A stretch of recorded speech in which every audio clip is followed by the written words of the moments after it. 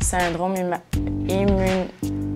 immunodéficience acquise, virus immunodéficient humanitaire. Le VIH, c'est comme le virus qui fait que ça va être un sida. Sida, c'est un virus. Puis le VIH, c'est une bactérie, je pense. Mais le sida, tu peux mourir avec ça. Puis le VIH, mais tu peux en guérir. Moi, je pense que le VIH, c'est le sida, mais avant d'avoir tous les effets secondaires puis tout ça. Nous allons parler du VIH. Qu'est-ce que c'est que le VIH?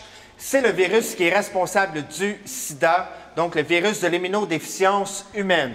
À chaque fois que je vais prononcer VIH, on fait le lien avec sida. Et quand je vais parler de séropositivité, l'état de la personne qui vit avec ce virus. Moi, je suis né à Verdun. J'ai appris ma séropositivité à l'âge de 22 ans, en fleur de l'âge, comme on peut le dire. J'ai été séropositif pendant une période de 8 ans sans le savoir, sans avoir aucun effet secondaire, sans avoir aucun symptôme.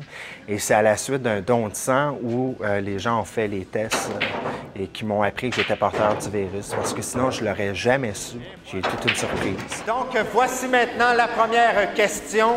Nommez-moi un des 3 moyens les plus communs pour contracter le VIH. Relation sexuelle.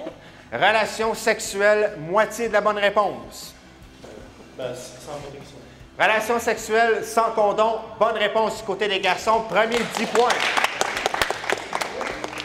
Se piquer, l'échange de seringues, c'en est un autre.